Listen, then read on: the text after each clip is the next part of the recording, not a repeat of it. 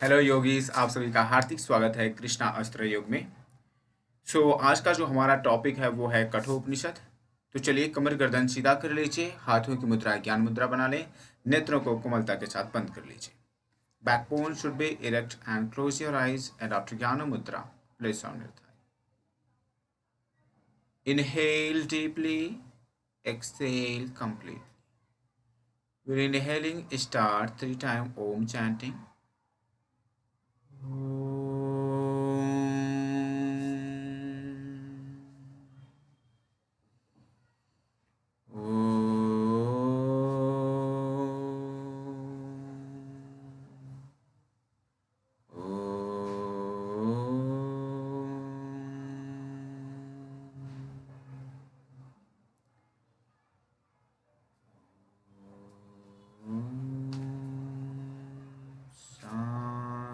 शांति शांति शांति।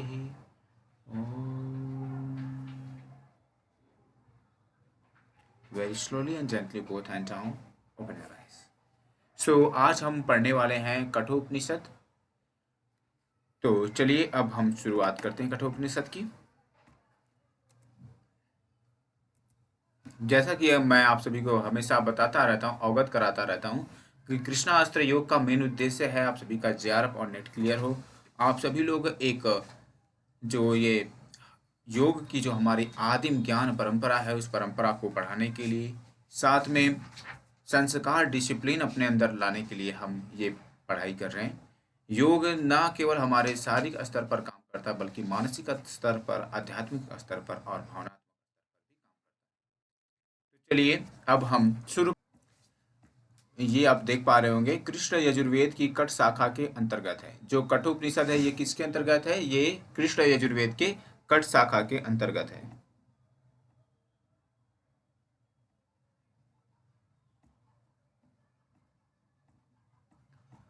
इसमें अध्याय की बात करें, लेसन कितनी है तो बताया गया है लेसन 2 लेसन है। और जो 2 लेसन है, 2 पार्ट हैं, उनको 3-3 बल्लियों में विभाजित किया गया है। एक लेसन में, एक 1 लेसन में 3 बल्लियां और सेकंड लेसन में 3 बल्लियां, टोटल 6 बल्लियों की बात की गई है। किसमें? कठोपनिषद में। और बात करें कि पाठ की संख्या कितनी है तो 2 पाठ है। यह उपनिषद कठ ऋषि के नाम से जुड़ा हुआ है। यह उपनिषद किस ऋषि के नाम से जुड़ा है तो कठ ऋषि के नाम से जुड़ा है। कठ अर्थात ब्रह्म और ठ अर्थात निष्ठ। अब यहाँ पर कठ और हमने निष्ठ देख लिया। क अर्थात ब्रह्मा, ठ अर्थात निष्ठ, अर्थात ब्रह्म में निष्ठा उत्पन्न करने वाला उपनिषद। ठीक है जी। कठ का मतलब क्या है? जो ब्रह्म अर्थात परमात्मा में निष्ठा उत्पन्न करे वो उपनिषद कौन सा है तो कठोपनिषद है। करने वाला उपनिषद कठोपनिषद। इसमें वाजस्रव, क्या बता रहे हैं? वाजस्रवस उद्दालक पुत्र नचिकेता और यम के बीच संवाद है। जो वाजस्रव ऋषि हैं उनका पुत्र है नचिकेता, और नचिकेता और यम जी के द्वारा जो संवाद होते हैं, जो वर मिलते हैं, उनके बारे में इस कठोपनिषद में वर्णन किया गया है। रचयिता कठ नाम के तपस्वी आचार्य थे। और इसके रचयिता कौन है? कठ नाम के जो जिनके नाम पर कठोपनिषद पड़ा है वही रचयिता हैं, अर्थात जो कठो ऋषि हैं, कठ ऋषि हैं, उनके नाम पे इस उपनिषद का नाम भी पड़ा है और वो खुद हैं। तो चलिए आगे देखते हैं। वे मुनि वैशंपायन, एक मुनि हैं जिनका नाम है वैशंपायन के शिष्य तथा यजुर्वेद की कट शाखा के प्रवर्तक थे। ये जो कठ ऋषि, कट नाम के तपस्वी आचार्य थे वे मुनि वैशंपायन के शिष्य थे। किसके शिष्य थे? तो मुनि वैशंपायन के शिष्य थे तथा यजुर्वेद की कट शाखा के प्रवर्तक थे। और किसके प्रवर्तक थे? तो यजुर्वेद के कट शाखा के प्रवर्तक थे। ठीक है जी। अब देख लेते हैं सब्जेक्ट की बात क्या करते हैं, विषय क्या है। तो बता रहे हैं योग की परिभाषा, आत्मा का रहस्य, आत्म अनुभूति का रहस्य। बता रहे हैं डेफिनेशन ऑफ योगा। इसमें हम योग की परिभाषा देखेंगे, आत्मा का रहस्य, जो हमारा आत्मा है मृत्यु के बाद कहाँ जाता है, उसके साथ क्या होता है, उसके बारे में जानकारी लेंगे। आत्म अनुभूति का रहस्य, who am I and self realisation की बात किया जा रहा है। अपने आप को जानना, आत्म साक्षात्कार करने के बारे में बताया जा रहा है। चलिए अब हम प्रथम अध्याय प्रथम वल्ली की बात करते हैं, देखते हैं क्या बताया जा रहा है इसमें। तो बता रहे हैं, कठोपनिषद में यम नचिकेता के गुण आत्मज्ञान संवाद की मात्र भूमिका है। क्या बता रहे हैं, जो कठोपनिषद में यम और नचिकेता है। नचिकेता कौन है, जो वाजस्त्र ऋषि हैं, उनके पुत्र का नाम नचिकेता है। और यम कौन है, जो हमारे मृत्यु को देने वाले देवता हैं, वो यम हैं। यम और नचिकेता के बीच में क्या है, संवाद है। उस संवाद की मात्र भूमिका है। ठीक है, इसमें जो हम प्रथम वाले में पढ़ने वाले हैं, प्रथम अध्याय में, इसमें यम नचिकेता के बीच जो संवाद है उसकी भूमिका है। इसके बाद बता रहे महर्षि अरुण वाजस्त्रवा के पुत्र आरूढ़ी वास्त्रवस ही गौतम वंशी उद्दालक थे। क्या बता रहे, महर्षि अरुण, अरुण कौन है, वाजस्त्रवा है। और इनके पुत्र कौन है, आरूढ़ी है, जिसे हम वास्त्रवस कहते हैं। ठीक है, गौतम वंशी उद्दालक थे। और ये कौन से वंशी उद्दालक थे, तो गौतम वंशी उद्दालक थे। आरूढ़ी उद्दालक ने विश्वजीत यज्ञ किया। जो आरूढ़ी उद्दालक हैं, उन्होंने क्या किया, विश्वजीत यज्ञ किया। उद्दालक का पुत्र वाजस्रवा का पौत्र। और जो उद्दालक का पुत्र है वो किसका पौत्र, उद्दालक का पुत्र अर्थात वाजस्रवा के पुत्र। और वाजस्रवा का पौत्र, पौत्र अर्थात पोता, पौत्र नचिकेता। नचिकेता कौन है, जो यमराज के पास जाते हैं, उनका नाम है नचिकेता। अत्यंत बुद्धिमान एवं सात्विक था। वो बड़े ही बुद्धिमान, बुद्धिजीवी थे, वेरी इंटेलिजेंट और सात्विक थे। पॉजिटिविटी उनके अंदर बहुत भरी हुई थी। वाजस्रवस मुनि ने विश्वजीत यज्ञ करके अपना संपूर्ण धन और गायें दान कर दी। बता रहे, जब उन्होंने यज्ञ किया, विश्वजीत यज्ञ, तो क्या किया उन्होंने, अपना संपूर्ण धन, जो उनके पास धन संपदा थी, उसे उन्होंने दान कर दिया, गायें दान कर दी। और उन्होंने क्या किया, जितनी गायें थी उनके पास, उन गायों को भी दान कर दिया। नचिकेता पिता से बोला, हे तात, आप मुझे किसको दान देंगे। दूसरी तीसरी बार यही कहने पर उसके पिता ने कहा, मैं तुझे, बता रहे हैं कि तुम्हें मृत्यु को दान देता हूं। बता रहे, मृत्युवे त्वा ददा मिति। ये बता रहे हैं कि जब मैं थोड़ी सी स्टोरी आपको सुना देता हूँ, क्योंकि मैं जैसा कि हमारा उद्देश्य है कि आप सभी को टॉपिक टू टॉपिक पढ़ाया जाए, लेकिन मैं यहाँ पे थोड़ी स्टोरी बता दूंगा तो आपको समझने में आसानी होगी। तो जब देखा इन्होंने कि पिताश्री, जो गायें दूध नहीं दे सकती, जो अपना ध्यान खुद से नहीं रख सकती, मेरे पिताजी उन्हें दान में दे रहे हैं, उन वस्तुओं को दान में देने से क्या फ़ायदा जब कोई उपयोग ना कर सके। मेरे पिताजी दे तो रहे हैं ये गायों को दान, बट ये किसी उपयोग की नहीं है, बस नाम करने के लिए ये मेरे पिताजी जो गायों को दान दे रहे हैं, तो ये मेरे पिताजी कहीं ना कहीं पाप के भागीदार बन रहे हैं, मैं ऐसा नहीं होने दूंगा। तो उन्होंने कहा, हे पिताजी, जैसा कि यज्ञ का मेन उद्देश्य यही होता है कि जब हमारा यज्ञ संपन्न हो जाए तो हम अपनी प्रिय वस्तुओं को दान देते हैं, सब कुछ दान करते हैं। तो हे पिताश्री, हे मेरे प्रभु, आप मुझे किसे दान दे रहे हैं, आप मुझे किसे दान दे रहे हैं, आप मुझे किसे दान दे रहे हैं। तो जब पिता थे तो उनको गुस्सा आ जाता है बाजस्रवा को, तो वो क्या कहते हैं, जा मैं तुझे यम को दान देता हूँ। ठीक है जी, तो चलिए आगे देखते हैं। मृत्युवे त्वा ददामिति। पिता की आज्ञा का पालन करने के लिए नचिकेता यम के द्वार पर जा पहुंचा।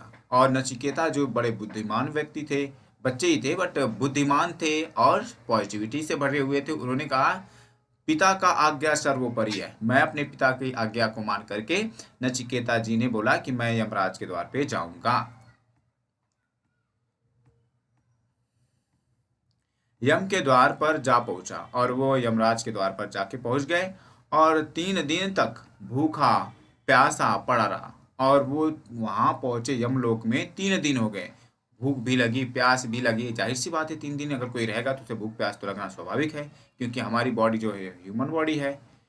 जब यम ने उसे 3 वरदान देने की बात कही, जब यम ने उसे 3 वरदान देने की बात कही, जब यमराज वहां पहुंचे और उनकी श्रीमती जी ने बताया कि ब्राह्मण देवता अर्थात ब्रह्म के समान होते हैं, अगर ब्राह्मण देवता हमारे घर से खाली हाथ गए बिना भोजन पानी किए तो हमें हमारा जो सात्विकता है, जो हमारे अंदर हमारे अच्छे गुणों के कारण जो हमने ईश्वर के की नज़र में एक अच्छी अपनी छवि बनाई है, वो छवि खराब हो जाएगी।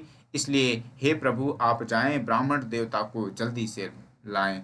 तो अब पहुंचते हैं यम जी, तो उनसे बात करते हैं और बात करने के बाद वो कहते हैं, हे ब्राह्मण पुत्र नचिकेता, आप मुझसे हर एक दिन के बदले एक वर मांग सकते हैं। इसलिए आपने 3 दिन तक यहाँ पर थे तो आप मुझसे 3 वर मांगे। ऐसा उन्होंने यम ने नचिकेता से कहा। तो चलिए अब देखते हैं नचिकेता के 3 वरदान। और नचिकेता जी के 3 वरदान क्या हैं उसके बारे में देख लेते हैं। तो यहाँ पर पहला वरदान और यहाँ पे वरदान कौन सा मांगा गया है उसकी बात किया जा रहा है। तो पहले वरदान में शांत कल्पतः सुमना पिता। चलिए मैं आपको यहाँ पे बहुत ही शॉर्टकट में बता देता हूँ। पहले वरदान में क्या कहते हैं, हे यमराज जी अगर आप देना ही चाहते हैं तो आप मुझे ऐसा वरदान दीजिए कि जब मैं भूलोक में पहुंचूं तो मेरे पिता का क्रोध शांत हो जाए और वो मुझसे पूर्वत व्यवहार करे, अर्थात जैसे मुझसे पहले प्यार करते थे मेरे पिताश्री वैसे ही मुझसे प्यार करें, प्रसन्न चित्त हों और वो आनंदित रहे, क्योंकि मैं चाहता हूं मेरे पिताश्री के चेहरे पे मुस्कान बनी रहे। दूसरे वरदान में क्या मांगते हैं अब इसकी चर्चा देख लेते हैं। अग्नि विद्या स्वर्ग, अग्नि का स्वरूप स्वर्गलोक। दूसरे वरदान में नचिकेता कहते हैं कि हे मृत्यु के देवता यम, आप अगर मुझे देना ही चाहते हैं तो अग्नि विद्या का ज्ञान दीजिए। अग्नि विद्या क्या है, जिसे हम स्वर्ग का स्वरूप कहते हैं, स्वर्ग रूपी अग्नि विद्या है, स्वर्ग लोक ही है अग्नि विद्या। तीसरे वरदान में कहते हैं कि आत्मज्ञान, आत्मा का रहस्य, आत्म विद्या मृत्यु पश्चात क्या होता है। तो पूछते हैं आत्मज्ञान अर्थात आत्मज्ञान मुझे दीजिए, सेल्फ रियलाइजेशन कर सकूं मैं, आत्मा का रहस्य। और मृत्यु के बाद जब हमारी शरीर आत्मा छोड़ देती है तो आत्मा जाती कहाँ है, उसके रहस्य के बारे में बताइए, आत्मविद्या। और आत्मविद्या मुझे सिखाइए ताकि मैं इस जीवन मरण के भवबंधन से, मृत्यु से पार जा सकूं। मृत्यु पश्चात क्या होता है और मरने के बाद क्या होता है, आप इसके बारे में यम जी मुझे बताएं। तो यम क्या करते हैं, तीसरा जो वर देने के बजाय वो नचिकेता को इधर उधर घुमाते हैं। उन्हें लगता है कि अरे ये लड़का तो सामान्य होगा, तो जब मैं इसे धन दौलत और गाय हिरण हाथी इत्यादि का लालच दूंगा तो ये शायद अब बदल जाए इसका मन। लेकिन नचिकेता भी बड़े प्रखर बुद्धि के थे, तो उन्होंने कहा नहीं नहीं नहीं नहीं, जो मुझे चाहिए आप वही मुझे दें। और अन्य वर भी दे देते हैं यम जी। वो कौन से अन्य वर हैं चलिए देखते हैं। अग्नि विद्या तुम्हारे नाम से प्रख्यात होगी, अर्थात नचिकेताग्नि के नाम से जानी जाएगी। उन्होंने जो अन्य वरदान 3 तो दिया ही दिया, बट अन्य वरदान दिया वो क्या दिया, अग्नि विद्या का, जिसे उन्होंने एक नाम दिया जिसका नाम पड़ा नचिकेताग्नि। पहले तो अग्नि विद्या थी बट नचिकेता जी के आग्रह करने के बाद इससे प्राप्त हुई थी, इसलिए इसे नचिकेताग्नि के नाम से जाना गया या विख्यात है। और इसके बाद जो दूसरा अन्य इनको वर मिला वो क्या है, स्वर्गलोक। स्वर्गलोक में क्या होता है उसके बारे में जान लेते हैं। तो जो स्वर्गलोक का निवासी हो जाता है, सबसे पहले भय, उसके अंदर से फियर दूर चला जाता है, शोक, उसे किसी भी प्रकार का दुख दर्द नहीं होता है। मृत्यु, वो व्यक्ति अजेय हो जाता है, अमर हो जाता है, मृत्यु को जीत लेता है। जरा अर्थात बुढ़ापा, बुढ़ापा कभी नहीं आता है जो व्यक्ति स्वर्ग में रहता है। स्वर्ग में रहने वाला व्यक्ति तो हो ही नहीं सकता, क्योंकि वो पुरुष विशेष ईश्वर है, वो ईश्वर की तरह हो जाता है। इसके बाद बता रहे जरा, बुढ़ापा भी उसे नहीं सताता है, भूख, उसे भूख कभी नहीं लगती, प्यास, प्यास भी उसे नहीं सताती, और इन सब से क्या है वो परे हो जाता है। अब देखते हैं अग्नि विद्या। इस विद्या को अनंत लोक की प्राप्ति कराने वाली, ये जो अग्नि विद्या है इसको क्या कहते हैं? अनंत लोक, अर्थात जो भी लोक है सारे लोगों को प्राप्त कराने वाली विद्या क्या है? अग्नि विद्या है। इसकी आधार रूपा और हृदय गुहा में स्थित समझो। और इसको क्या है? ये क्या है? आधार रूप में है। आप ये समझें, या फिर आप ये भी समझ सकते हैं कि आपके हृदय में स्थित है, ये समझ सकते हैं। अनन्तलोकापितमथो प्रतिष्ठां विद्धि त्वमेतं निहितं गुहायां। चलिए आगे देखते हैं। तीसरे वर मांगने पर यमराज के द्वारा दिए गए प्रलोभन। जब नचिकेता जी ने तीसरा वर मांगा तो यमराज जी ने उन्हें क्या क्या प्रलोभन अर्थात लालच दिया, अब इसकी बात करते हैं। तो यमराज ने कहा कि हे पुत्र, या हे बालक, सॉरी पुत्र तो नहीं कहा होगा उन्होंने, उन्होंने कहा हे बालक, तुम मुझसे 100 वर्ष की आयु वाले पुत्र और पौत्र मांग लो। उन्होंने कहा कि हे नचिकेता, तुम ये वर मुझसे मत मांगो, इसके बदले में तुम 100 वर्ष की आयु मांग लो अपने लिए, अपने बच्चों के लिए, या फिर अपने बच्चों के बच्चे अर्थात पोतों के लिए मांग लो। गौ आदि पशु, हाथी, हिरण, सुवर्ण, अश्व। उन्होंने कहा कि गायों को मांग लो या फिर पशुओं को मांग लो, जो भी पशु चाहिए मैं सब तुम्हें दे दूंगा। हाथी को मांग लो, कुछ नाम भी गिनाए उन्होंने, हाथी मांग लो, हिरण मांग लो अर्थात डियर मांग लो, सुवर्ण, स्वर्ण सोना चांदी ले लो, अश्व घोड़े ले लो अर्थात हॉर्स ले लो। बताते हैं भूमि का साम्राज्य ले लो, और भूमि का साम्राज्य अगर चाहिए तो भूमि का साम्राज्य भी ले लो। अपनी इच्छा का जीवन ले लो, और जब तक जीना चाहते हो 100 साल 200 साल उतना तुम अपनी इच्छा अनुसार जी लो। पृथ्वी के विस्तृत भाग पर शासन, और पृथ्वी जितना फैला हुआ है उन सब का तुम राजा बन जाओ, अगर तुम्हें चाहिए तो शासन करो। धन व लंबा जीवन, धन चाहिए धन ले लो, या सभी कामनाओं की पूर्ति, रथ, अप्सरा आदि मांग लो। वो कह रहे जो भी तुम्हारे मन में कामनाएं, सारी कामनाओं को मैं पूरा कर दूंगा। रथ ले लो, जैसे आज के समय में लोग कार मांगते हैं, वैसे उस समय में उन्होंने कहा रथ चाहिए तो रथ ले लो। अप्सराएं चाहिए। अप्सराएं क्या है? जो हमारे यहाँ मॉडल हैं वो मॉडल नहीं, वो भगवान के पास उनकी जैसा कोई और दूसरा हो ही नहीं सकता, तो वो अप्सराएं चाहिए। तो उन सुंदरियों को भी मांग सकते हैं। आदि मांग लो, और यही नहीं और भी कुछ चाहिए, आदि मांग लो अर्थात और चाहिए तो और मांग लो, मैं तुम्हें सब दे दूंगा, बट तीसरा जो तुम वर मांग रहे ये मत मांगो। नचिकेता का उत्तर। तब नचिकेता हाथ जोड़ करके कहते हैं इस सांसारिक भोगों का मनुष्य के लिए स्वभाव है। बता रहे हैं कि जो सांसारिक भोग है सारे मनुष्य का यही स्वभाव है, बट वो क्या है, उन्हें बांध लेती हैं, कुछ सोचने समझने नहीं देती हैं। आज मैं कल नहीं, बता रहे हैं कि मैं इन भोगों का क्या कर सकता हूं, आज हूं कल तो रहूंगा नहीं। शोभावामृतस्य यदंत कैतत। इसके बाद बता रहे हैं न वित्तेन तर्पणीयो मनुष्यो लपस्यामहे वित्त महा वित्त मद्राक्षम चेत त्वा। बता रहे हैं मनुष्य को धन से कभी भी तृप्त नहीं किया जा सकता है। क्या कह रहे हैं कि जो मनुष्य है वो बहुत बड़ा लालची है, उसे धन से कभी तृप्त किया ही नहीं जा सकता है। वो हमेशा बेस्ट में बेस्ट ढूंढने की कोशिश करता है, और वही बेस्ट में बेस्ट ढूंढने की कोशिश, वही पैसा इंसान को क्या करता है, डुबा देता है, या उसकी बहुत ही प्रिय वस्तु जो है उससे छिन जाती है। इसलिए क्या कहते हैं कि हर व्यक्ति को, योगी को, सबको संयमित होना चाहिए। जो ईश्वर दे रहा है उसका धन्यवाद कर करके उसका उपयोग करें। अगर आप और ज़्यादा लालच करते हैं तो एक दिन आपकी लालच आपको ही डुबा देगी। प्रथम अध्याय के द्वितीय वल्ली में जीवन यात्रा के 2 मार्ग बता रहे हैं कि जो जीवन की यात्रा है हमारी, उसके 2 ही मार्ग हैं, मुख्यतः 2 रूट्स हैं। कौन कौन से रूट्स हैं? तो first root name is shreya marga and second route name is preya marga. तो ये बता रहे हैं जो पहले मार्ग का नाम है उसका नाम है श्रेय मार्ग, और दूसरे मार्ग का जो नाम है वो प्रेय मार्ग है। तो चलिए अब हम देखते हैं श्रेय और प्रेय। प्रेय अर्थात प्रिय लगने वाला, श्रेय देखिए कैसे कैसे मन में विचार है, श्रेय अर्थात श्रेय मिलने वाला, ऐसा नहीं। प्रेय अर्थात आप समझ सकते हैं प्रिय लगने वाला, बट प्रेय प्रेय के बाद श्रेय जो है श्रेय लेना ये ऐसा नहीं है। चलिए देखते हैं क्या है। तो श्रेय मार्ग को सबसे पहले हम देखेंगे। बता रहे कल्याण का साधन मोक्ष मार्ग। श्रेय मार्ग क्या है? ये कल्याण का साधन है, यही मोक्ष लिबरेशन आपको करवाएगा। अपवर्ग, अपवर्ग को भी क्या कहते हैं? मोक्ष ही कहते हैं। कल्याण करने वाला नित्य, ये हमेशा कल्याण करेगा। कौन करेगा? श्रेय मार्ग, जिसे हम श्रेष्ठ मार्ग भी कहते हैं। विद्या, नॉलेज, नॉलेज आपकी एक अलग पहचान बनाती है।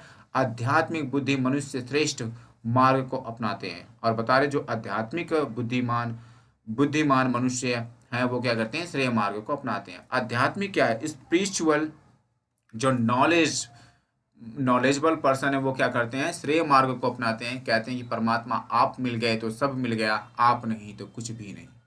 और यही मार्ग आपको मोक्ष दिलाएगा। और आप जब लालच आपके मन में आता है तो लालच आपको ही पहले धीरे धीरे खोखला करता है। तो प्रिय मार्ग को देखते हैं। प्रिय मार्ग अर्थात प्रिय लगने वाला, क्या बता रहे हैं? प्रिय लगने वाले भोगों का संसाधन। क्या बता रहे हैं? भोगों का साधन, सांसारिक भोग, सुख भोग के साधन, अनित्य, अविद्या। इसके बाद बता रहे हैं पथ भ्रष्ट करने वाला, मंद बुद्धि वाले योगक्षेम में पढ़कर प्रिय मार्ग को अपनाते हैं। क्या बता रहे हैं? ये प्रिय लगने वाला, जो चीजें आपको प्रिय लगती हैं, जैसे हमें कार पसंद आया, ठीक है, हमें कोई लड़का पसंद आया, लड़की पसंद आया, या फिर कोई भोग की वस्तु है। जैसे हमें मान लीजिए पता है कि अगर हम छोले भटूरे खा रहे हैं तो ये हमारे डाइजेशन के लिए खराब नहीं, बट हमें छोले खाने हैं, हमें भटूरे खाने हैं। इसके बाद बता रहे हैं सांसारिक भोग, संसार में जितने भोग हैं मुझे सब कुछ चाहिए।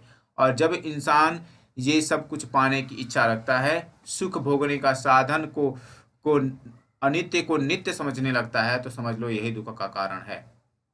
अर्थात जब व्यक्ति एक झूठ बोलता है, उसके चक्कर में 50 और झूठ बोल लेता है अपने आप को बचाने के चक्कर में, लेकिन वो और उसी जाल में फंसता जाता है, फंसता जाता है, फंसता जाता है। अनित्य को नित्य समझने लग जाता है। अविद्या, अविद्या को ही, अविद्या का मतलब है रॉन्ग नॉलेज, जो गलत नॉलेज है, जो गलत ज्ञान है, उसे ही सर्वोपरि समझने लगता है। तो क्या करता? पथ भ्रष्ट, जो उसका मार्ग है जो परमात्मा से मिलाएगा, उससे वो भ्रष्ट हो जाता है, भ्रमित हो जाता है। ठीक है, पथ भ्रष्ट करने वाला। और जब उसका पथ भ्रष्ट हो गया तो उसे निर्वाण मोक्ष कभी मिल ही नहीं सकता। मंद बुद्धि वाले योग क्षेम में पढ़कर प्रिय मार्ग को अपनाते हैं। और जो मंद बुद्धि वाले व्यक्ति होते हैं वो क्या करते हैं? कहते हैं मुझे कार चाहिए, मुझे गाड़ी चाहिए, मुझे घर चाहिए, वगैरह वगैरह कर करके आपको ताने मारेंगे, आपको सताएंगे। तो ये क्या है? जब व्यक्ति इस मार्ग में चलता है, जो उसे मिला है उसको ये नहीं कहता परमात्मा बहुत बहुत धन्यवाद जो आपने मुझे दिया। किसी के भाग्य में तो ये भी नहीं है, अगर आपने मुझे छप्पर दिया है तो मैं उसमें भी स्वीकार करता हूँ, स्वीकार करती हूँ। क्योंकि मैं जब क्लास लेने के लिए सुबह में जाता हूँ तो देखता हूँ मेट्रो के नीचे बेचारे वैसे ही कोई कोई कुछ नहीं है उनके पास। जो भी, एक दिन तो मैंने देखा एक व्यक्ति पन्नी ओढ़ कर सोया हुआ था, जो प्लास्टिक होता है जिससे हम बरसात में अपने आप को कवर करते हैं, छत वगैरह को, फिर उसके नीचे रहते हैं। तो एक आदमी को मैंने देखा वो लपेट कर सोया हुआ था, उसका सर दिख रहा था। तो चलिए अब हम आगे बढ़ते हैं। श्रेयश्च प्रेयश्च मनुष्य में ततो समपरित्य विविनष्टि धीरः श्रेयो श्रेयो हि धीरो अभिप्रेयसो विवृणते प्रेयो प्रेयो मंदो योगक्षेमात् वृणीते। अब हम देखेंगे यहाँ पर ओम का स्वरूप, अर्थात ओम का कौन कौन सा स्वरूप है, ओम कैसे दिखते हैं, इसके बारे में देखते हैं। बता रहे हैं ये जिसकी इच्छा करते हुए साधक गण ब्रह्मचर्य का पालन करते हैं। क्या बता रहे? ओम की ही इच्छा करते हुए साधक गण क्या करते हैं? ब्रह्मचर्य अर्थात सेलिब्रेसी का पालन करते हैं। इसके बाद बता रहे हैं ओम यह अक्षर ही तो ब्रह्म है। कह रहे परमात्मा कोई और नहीं, यही अक्षर ही ब्रह्म है, यह अक्षर ही पर ब्रह्म है, यही ब्रह्म है और यही अक्षर पर ब्रह्म है। ठीक है जी। इस अक्षर को जानकर जो जिसकी इच्छा करता है उसे वही मिल जाता है। बता रहे जो ओम का ध्यान कर करके मन में जो विचार लाता है, जो उसे चाहिए वो कहता है, वही उसे प्राप्त होता है। जो सुख की लालसा, बस सुख की भौतिक चीजों को मांगता है तो वो दे तो देते हैं, बट वो सांसारिक मोह में बार बार बंधा रहता है और हमेशा जीवन मरण होता रहता है। और जो कहता है कि नहीं, अब मुझे प्रेय मार्ग नहीं चाहिए, मुझे श्रेय मार्ग चाहिए, मुझे आपके शरणों में जगह चाहिए, आपके चरणों में, तो उसे ओमकार, ओम ही प्राप्त करवाते हैं। ओमकार ही श्रेष्ठ आलंबन है। ओमकार सर्वोच्च आलंबन का आश्रय है। बता रहे आलंबन क्या है, जरिया क्या है हमें परमात्मा के पास ले जाने का, मिलाने का, तो वो क्या है, ओम है। और मिलना किससे है, तो ओम से ही मिलना है, तो वही पर ब्रह्म है। इस आलंबन को जानकर मनुष्य ब्रह्मलोक में महिमा मय होता है, और जो जान लिया वही ब्रह्मलोक में अर्थात ब्रह्म देवताओं के लोक में क्या होता है, महिमामय हो जाता है। आज इसके बाद बता रहे परमात्मा का स्वरूप और महिमा। परमात्मा का स्वरूप कैसा है, जैसे हम कोई मूर्ति देखते हैं, जैसे हम कोई बुक या फिर कोई टीवी देखते हैं, तो उसका स्ट्रक्चर हमें पता रहता है कि इतनी लंबाई है, इतनी चौड़ाई है, और यहाँ पे स्पीकर लगा है, तो हल्का फुल्का तो जानकारी होती ही होती। ठीक उसी प्रकार से पर ब्रह्म का स्वरूप और उनका महिमा क्या है उसके बारे में बात करते हैं। तो बता रहे हैं वह अणु से भी अणु और महत बड़ा से भी बड़ा है। बता रहे हैं सबसे छोटी इकाई जो है वो अणु है। इलेक्ट्रॉन, प्रोटॉन, न्यूट्रॉन हम सभी जानते हैं। तो ये बता रहे हैं अणु सबसे छोटा है और परमात्मा जो है उससे भी बहुत छोटे हैं। महत बड़ा से भी बड़ा। और सबसे बड़ा आप क्या समझेंगे, आप यही बोलेंगे ब्लू हवेल है या फिर पर्वत हैं, पहाड़ हैं। अभी आप बता देंगे माउंट एवरेस्ट सबसे बड़ा चोटी है, बट उन सब से भी बड़ा हमारे पृथ्वी लोक से, सूर्य लोक से सारे लोक जो है, उन सब से बड़ा अगर कोई है तो पर ब्रह्म ही है। जैसा कि आपने, अब होली भी आने ही वाली है, तो आपने एक कहानी सुना ही होगा कि हिरण्यकश्यपु और उनका पुत्र प्रहलाद, प्रहलाद जो है वो भगवान विष्णु के ओम वासुदेवाय नमः का जाप करते हैं, और वो भगवान विष्णु को बहुत ज़्यादा प्रेम करते हैं। लेकिन हिरण्यकश्यपु क्या कहते हैं कि मैं ही पर ब्रह्म हूँ, मैं ही परमात्मा हूँ, इसलिए मेरी पूजा करो। लेकिन वो कहते हैं नहीं नहीं, मैं आपकी पूजा नहीं कर सकता, आप मेरे पिताश्री है, मैं पिता के रूप में आपका पूजा कर सकता हूँ, लेकिन पर ब्रह्म के रूप में कभी नहीं कर सकता हूँ। तो वो हिरण्यकश्यपु अपने बहन से के साथ उसे होलिका के साथ जलाने की कोशिश करते हैं, फिर भी भगवान उन्हें बचा लेते हैं। इसके बाद पहाड़ से फेंका गया और बड़ी सारे काम किए गए, फिर भी नहीं मरे। तो फिर हिरण्यकश्यपु ने बोला कि क्या तेरे भगवान इस खंबे में है, क्या तेरे भगवान इस दीवार में है, क्या तेरे भगवान यहाँ हैं वहाँ हैं। तो बार बार प्रहलाद ने यही कहा, हाँ मेरे भगवान यहाँ पर भी हैं, मेरे भगवान यहाँ पर भी हैं, मेरे भगवान यहाँ पर भी हैं। क्योंकि कहते हैं कर कड़ व्यापे राम, अगर परमात्मा है तो वो सर्व जगह पे है। जैसा कि यहाँ पे आप देख पा रहे हैं, छोटे से लेके बड़े तक। तो गुस्से में आकर के वो खंबे पर मारता है और नरसिम्हा के रूप में आते हैं भगवान और उसका संहार कर देते हैं। तो भक्त प्रहलाद की सच्चाई की होती है और परमात्मा का साक्षात्कार हो जाता है। तो चलिए आगे बढ़ते हैं। वह सोता हुआ, बैठा हुआ भी सब स्थान पर पहुंचा हुआ है। बता रहे हैं परमात्मा अगर सोए हुए हैं या बैठे हुए हैं या चल रहे हैं या खा रहे हैं, कुछ भी कर रहे हैं, तो समझ लो वहां से पहले हैं। अगर आप सोचते हैं तो हैं, और अगर ना चाहते हैं तो भी वो वहां पे है, आपके सोच से परे हैं।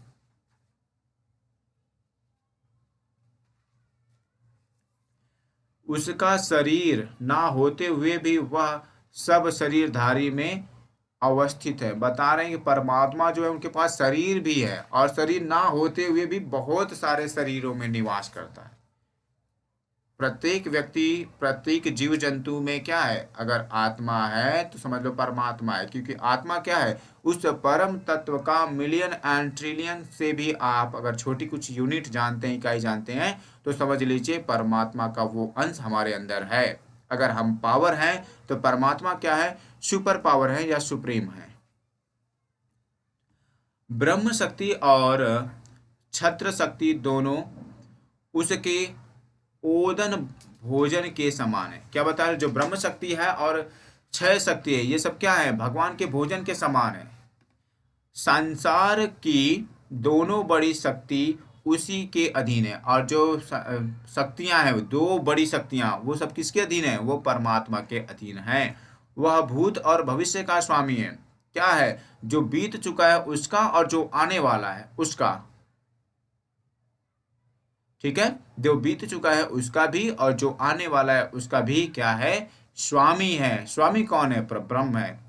ईशानो भूत भवस्य भवस्यत्य, ये क्या बता रहे हैं? सॉरी, ईशानो भूत भवस्य स एवाद्य स ऊष्वः अष्ट अष्टंगु अष्टंगुष्ठमात्रः पुरुषो मध्य आत्मनि निष्ठति।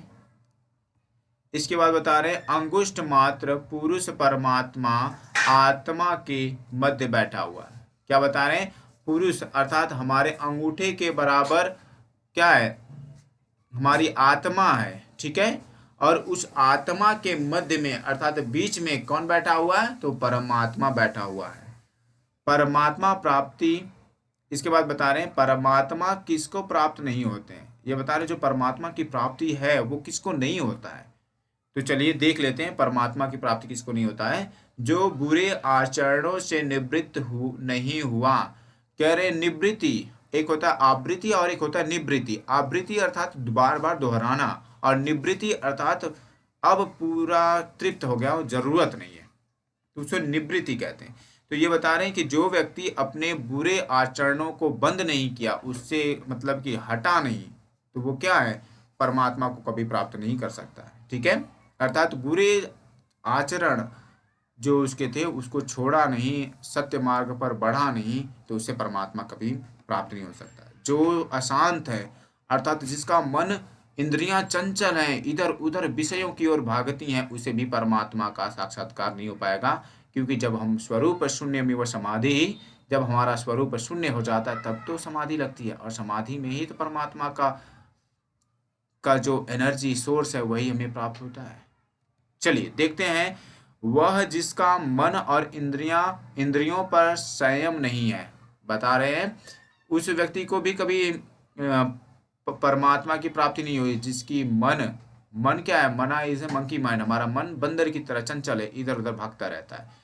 इंद्रियों पर संयम नहीं है, और हमारी जो सेंसरी ऑर्गन्स हैं, इंद्रियां हैं, अगर उन पर भी हमारा संयम नहीं है तो भी परमात्मा को नहीं प्राप्त कर सकते। न तो प्रवचन से, न बुद्धि से, और न बहुत सुनने से ही प्राप्त होते हैं।